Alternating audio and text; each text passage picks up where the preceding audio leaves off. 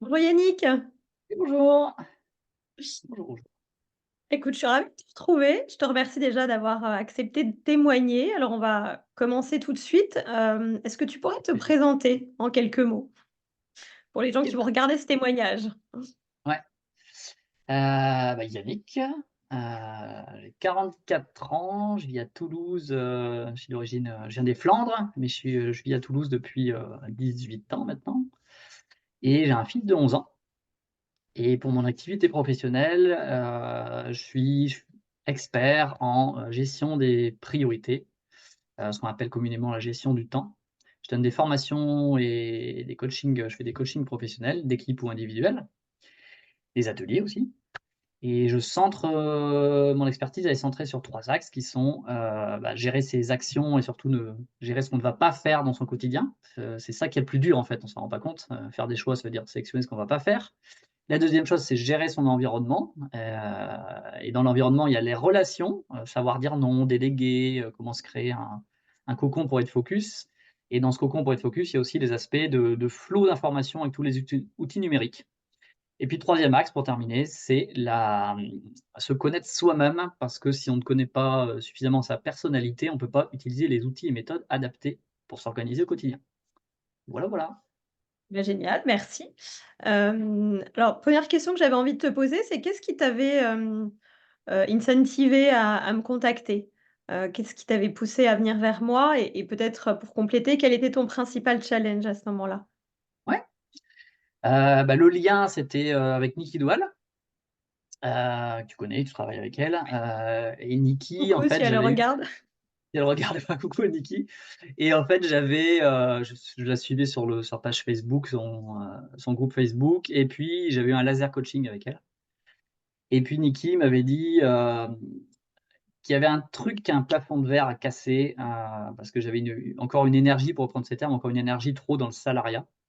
Ce qui fait que, je cible encore des entreprises et des salariés, mais que mon énergie était en train de changer et pour passer au niveau supérieur, elle m'a conseillé de faire contact de voilà, elle m'a conseillé de faire appel à toi, parce que tu l'avais accompagnée, tu l'accompagnes encore, je crois, heu et que ça avait déclenché des choses merveilleuses et comme elle avait, les yeux pleins d'étoiles, en parlant de toi, je dis: «Bah». Donc j'ai pris un appel avec toi, on a échangé, puis ensuite j'ai décidé de me lancer, de suivre ton accompagnement et le challenge. Exactement. Ouais. Et qu'est-ce que tu t'étais fixé comme objectif? Qu'est-ce que tu avais envie d'atteindre à l'issue de l'accompagnement? Alors donc ce challenge, j'ai déjà un petit peu dit, c'est le côté d'essayer de je crois que j'avais dû dire, qu'il y avait une espèce de plafond de verre que je voulais, casser, qu'il y avait quelque chose qui me bloquait, quelque chose qui me freinait.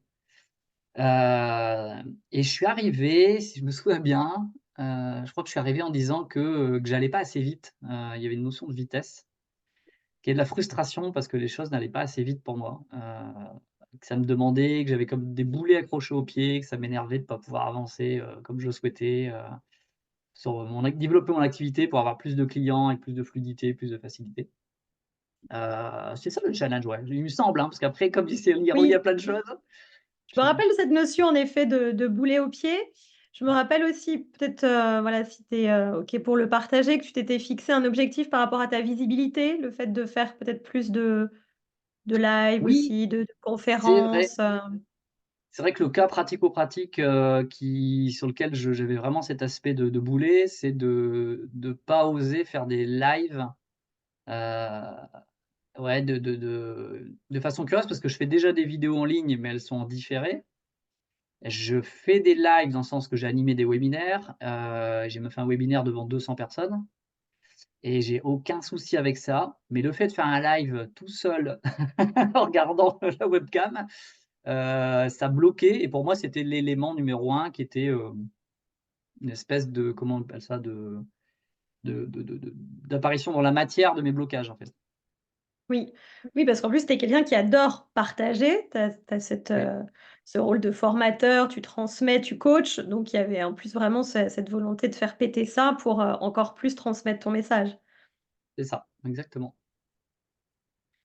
Et qu'est-ce qui s'est passé pour toi, du coup, durant l'accompagnement? Qu'est-ce que, peut-être avec quoi tu repars de plus important? Qu'est-ce qui a été le plus gros shift pour toi? Le plus gros shift, c'était de comment je vais dire ça?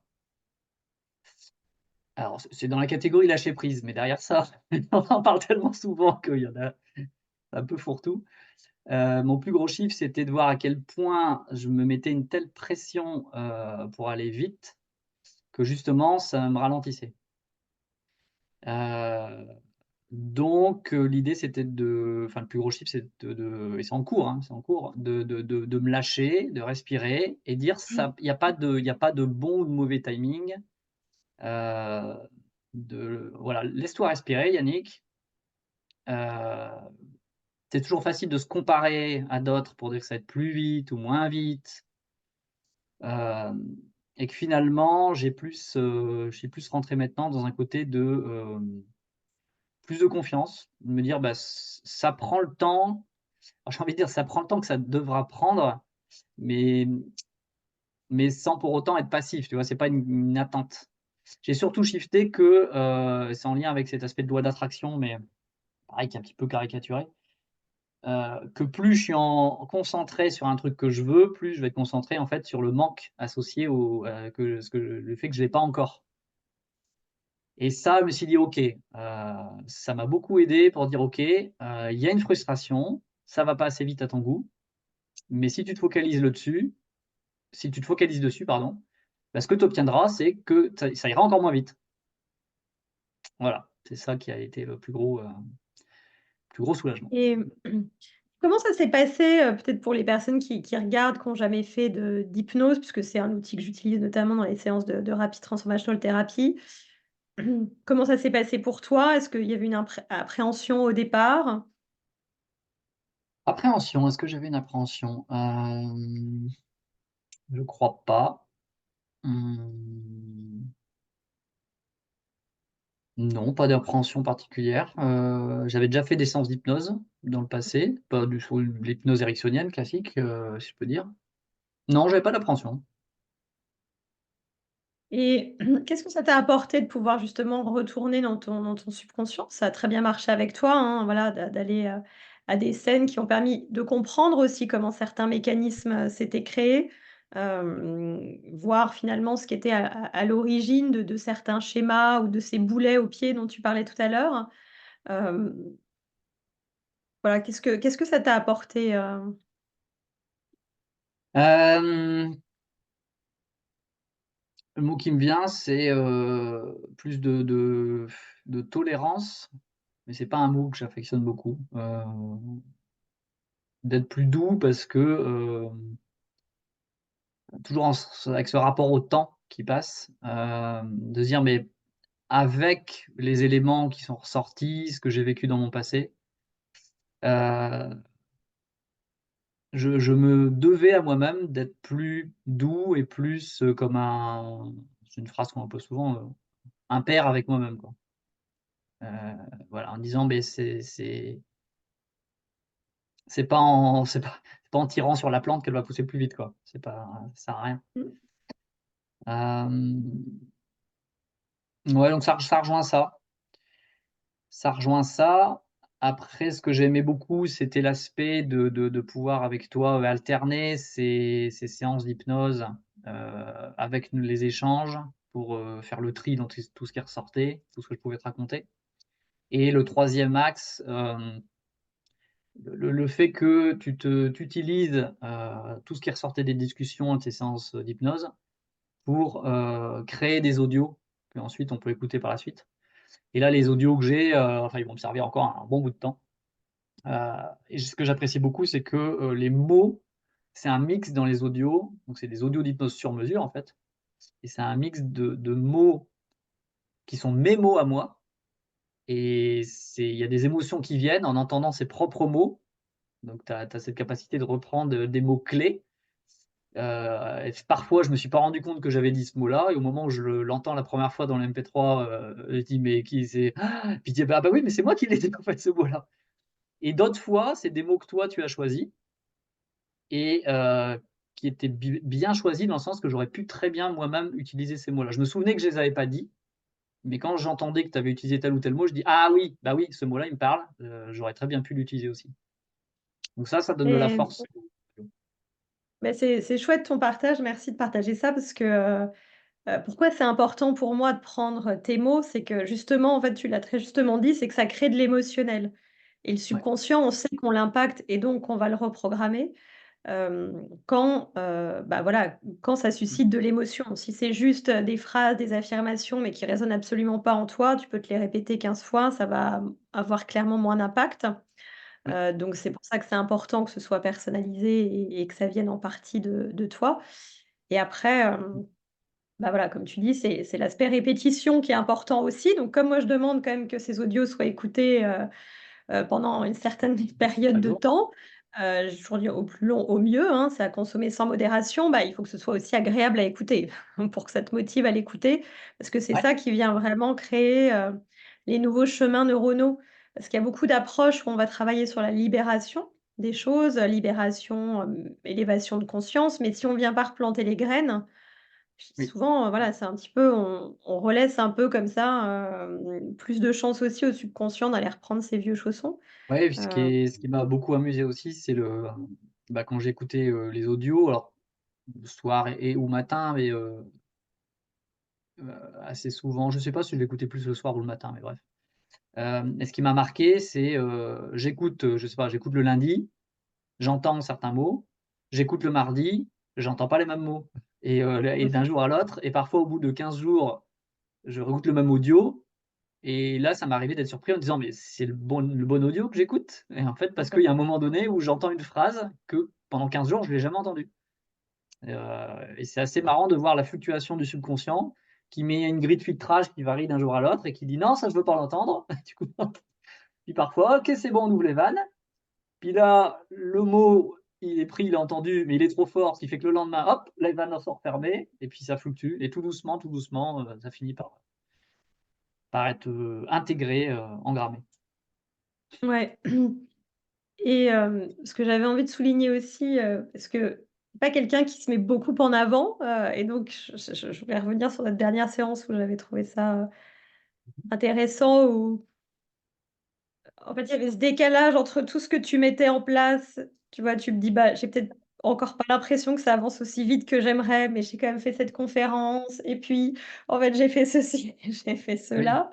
Hem Et donc en fait, tout se mettait en place. C'était quelqu'un qui passe quand même facilement à l'action, qui fait les choses.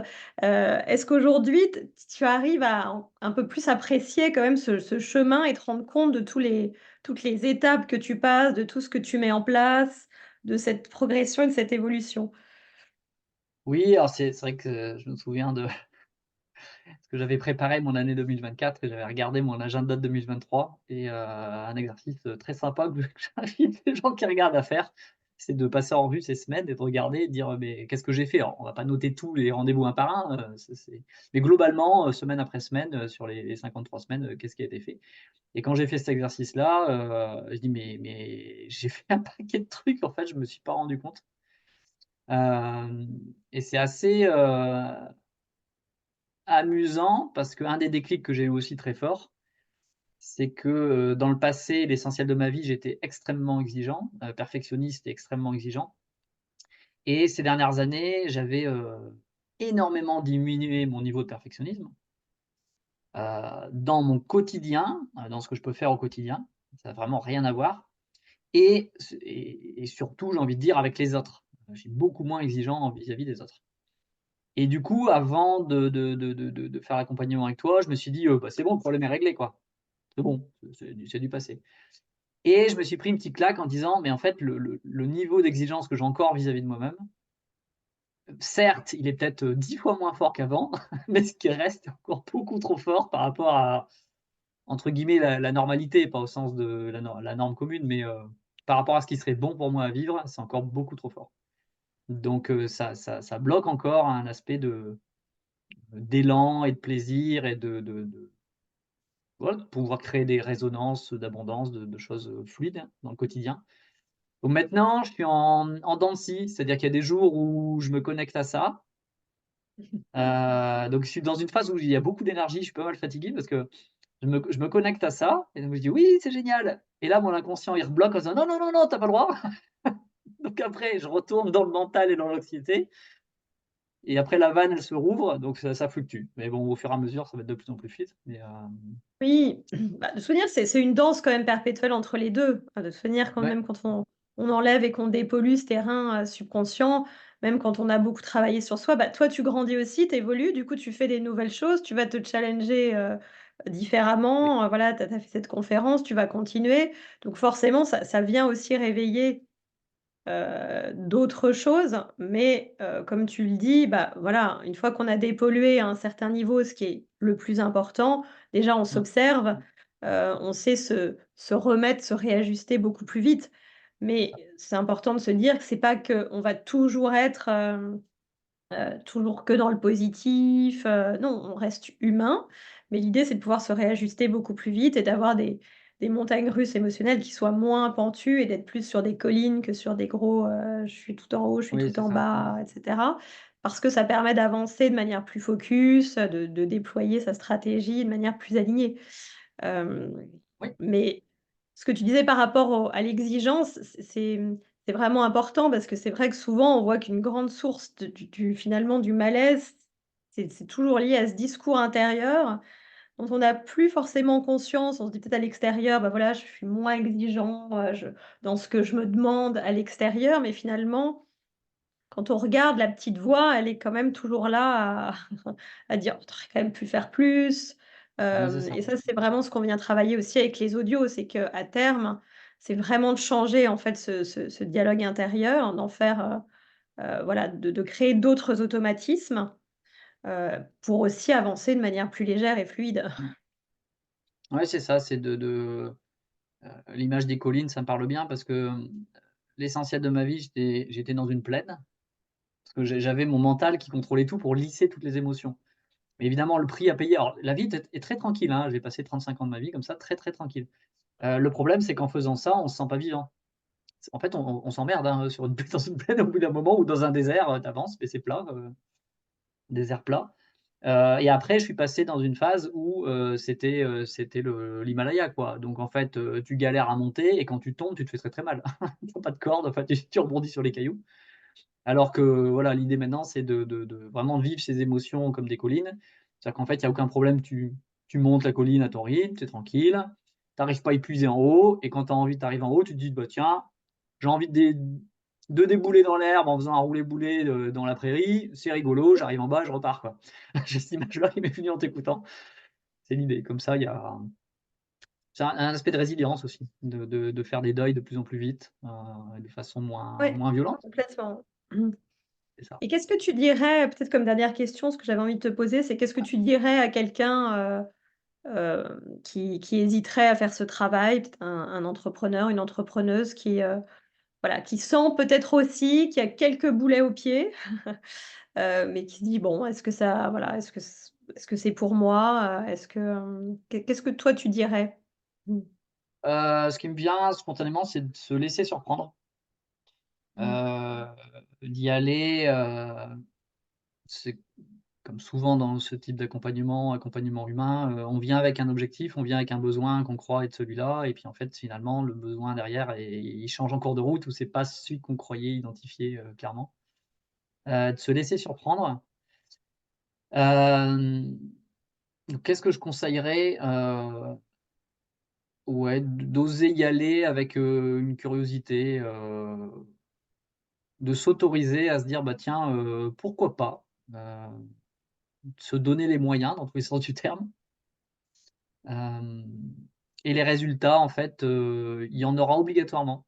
Heu, pour moi, c'est à partir du moment où on joue le jeu, dans tous les sens, du terme, en diminuant l'enjeu, Ouais. il y a des surprises, il y a des bénéfices et donc pour moi, ça vaut le coup systématiquement. Mais c'est là où tu as raison, c'est que souvent on vient avec un problème ou un symptôme, mais finalement, voilà, bah, c'est l'objectif aussi de l'approche, mais d'aller à Mmh. l'origine et puis même parfois on identifie un problème, mais au final c'est pas le vrai problème. Donc C'est ça, ouais. voilà, l'avantage quand on va dans le subconscient, c'est qu'on sait qu'on va quand même toujours aller à la racine, donc ça nous recadre, on perd pas trop de temps à traiter finalement des symptômes ou des problèmes qui sont peut-être pas les bons ou pas les principaux. Tout à fait, ouais et il y en a un autre conseil qui me vient aussi, c'est, C'est, comment dire?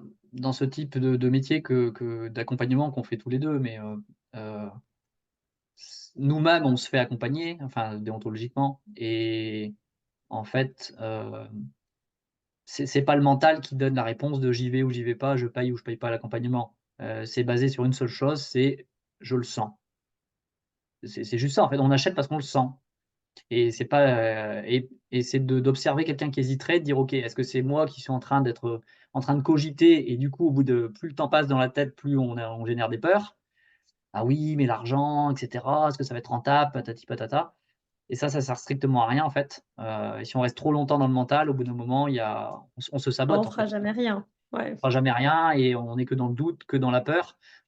Alors un des besoins communs, je présume, quand on va dans ce genre d'accompagnement, c'est notamment de remonter la confiance en soi.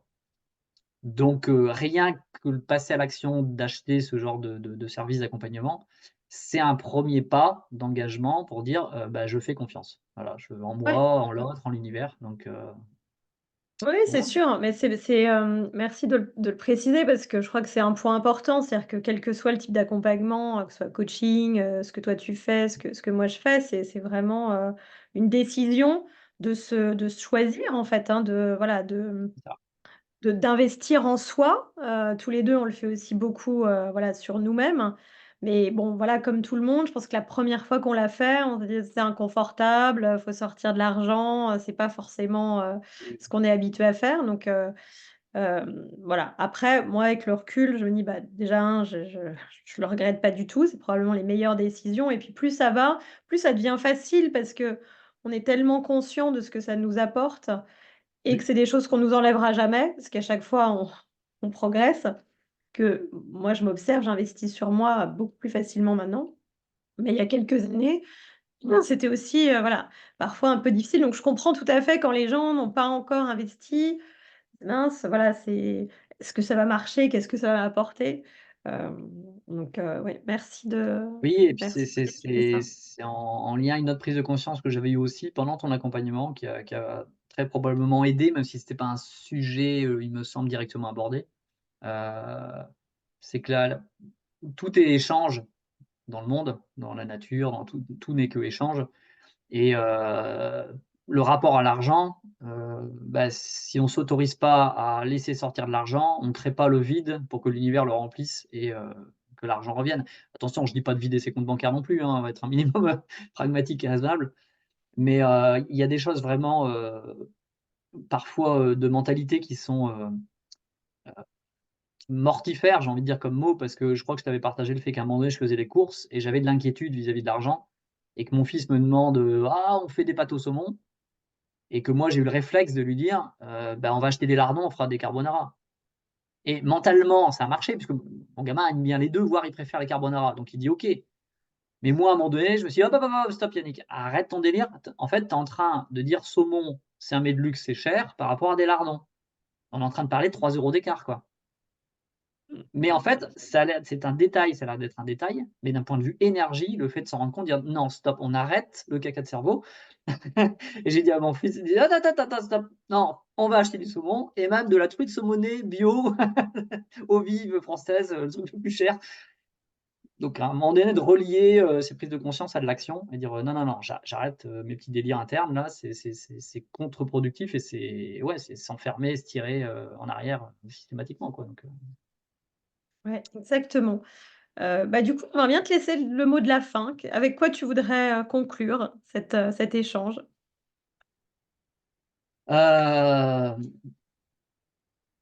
offrez-vous le cadeau. Voilà. Bah, écoute, en tout cas, j'étais ravie de cet échange avec toi. J'espère que voilà, je suis sûre que les personnes qui pourront t'écouter, seront inspirées et peut-être curieux d'aller voir un peu plus ce que tu proposes aussi. Donc, bah, je te dis un grand merci. Avec grand plaisir. Merci.